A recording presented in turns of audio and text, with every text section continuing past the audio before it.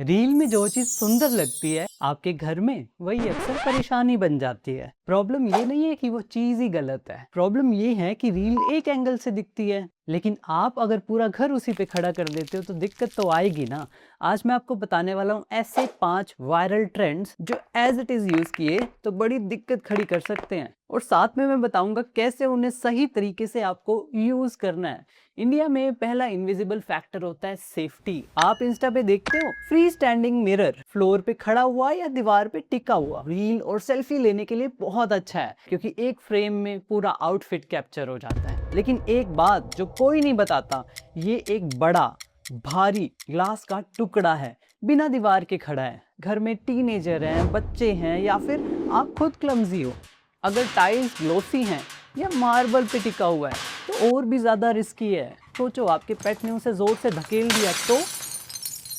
चलो मान लो आपको अनब्रेकेबल मिरर मिल भी गया अच्छी क्वालिटी का, तो उस पर स्क्रैच तो पड़ेंगे ही, और गिरता रहेगा तो रिफ्लेक्शन भी धुंधला हो जाता है। प्रॉब्लम मिरर का नहीं है। आपको ये मिरर यूज करना है तो फ्रेंच क्लीट या जेड ब्रैकेट से वॉल पे माउंट करवाओ, और अगर फ्लोर पे रखना मजबूरी है टॉप पे एंटी टिप स्ट्रैप लगाओ और नीचे रबर ग्रिप पैड लगाओ ताकि फिसले ना। वैसे मिरर्स दीवारों पे ही बेटर लगते हैं, फ्लोर पे थोड़ा रिस्क तो रह ही जाता है।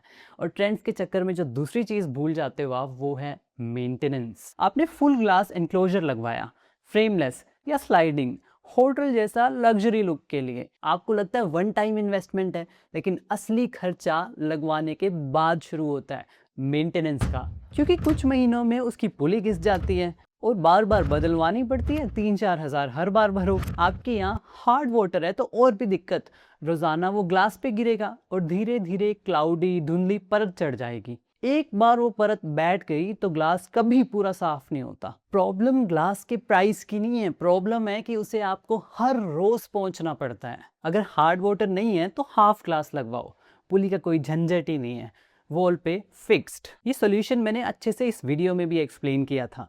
लेकिन अगर वाटर हार्ड है तो नीचे एक बेस बनवाओ टाइल का। नीचे के हिस्से पे ही तो हार्ड वाटर ग्लास को ज्यादा खराब करता है, हमने वो जगह ही हटा दी, प्रॉब्लम सॉल्व।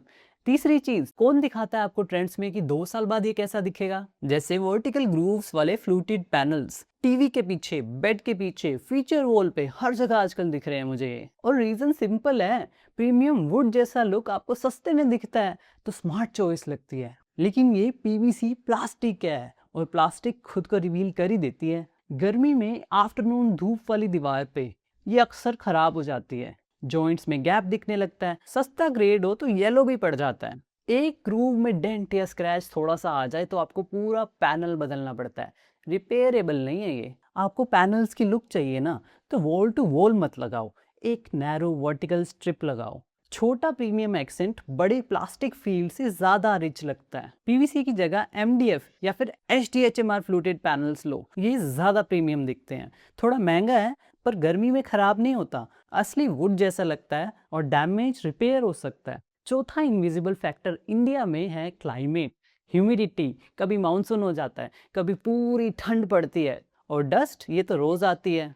इंस्टा रील्स पे ट्रेंड है केन हेडबोर्ड्स का, बोहो नेचुरल वार्म लुक में बहुत अच्छे लगते हैं। चेयर्स, विकर बास्केट्स, ऑनलाइन हर दूसरे एस्थेटिक घर में आपको ये चीजें दिखती हैं, और एक्चुअल में ये रियल लाइफ में भी बहुत सुंदर लगती हैं, लेकिन जब तक नहीं होती हैं। प्रॉब्लम लुक का नहीं है, प्रॉब्लम है कि इसकी सफाई अपने आप में एक बड़ा टास्क बन जाती है। आपको केन यूज करना है करो, लेकिन लिमिट में यूज करो। जैसे मान लो आपने हेडबोर्ड में यूज की तो हेडबोर्ड के ऊपर ग्लास कवरिंग लगा दो ताकि डायरेक्टली डस्ट वगैरह उसके कांटेक्ट में ही ना आए। घर में पांचवा फैक्टर जो आपको रील्स पे नहीं दिखाई देता वो है हेल्थ। घर सुंदर बना सकते हो लेकिन वहां पे सांस भी तो लेना है ना। आजकल हर दूसरे घर में दिख रहे हैं डोनट वेस और पैम्पर्स ग्रास, इंस्टेंट एस्थेटिक्स वाकई में। लेकिन ये चीज सिर्फ फोटो के लिए ही बनी है। 1 महीने बाद फ्लफी पैम्पर्स झड़ने लगते हैं और वो झड़े हुए टुकड़े हवा में चले जाते हैं। धीरे धीरे वही हवा आपके सांस के साथ आपके अंदर। एलर्जी हो तो गए आप। एक और बात जिस पे अक्सर लोगों का ध्यान नहीं जाता, ये ग्रास फ्लेमेबल है। एक बार आग पकड़ ली ना, पता नहीं साथ में क्या क्या जला सकती है। आपको स्कल्प्टेड वेस लुक पसंद है ना, उसे खाली रखो या फिर एक ड्राइड पाम स्टेम लगा दो और वाइड नेक शेप लो जिसे आप हाथ डाल के अंदर से साफ कर सको। डोनट शेप्स अंदर से साफ नहीं होती, या तो उन्हें मत रखो या खाली रखो।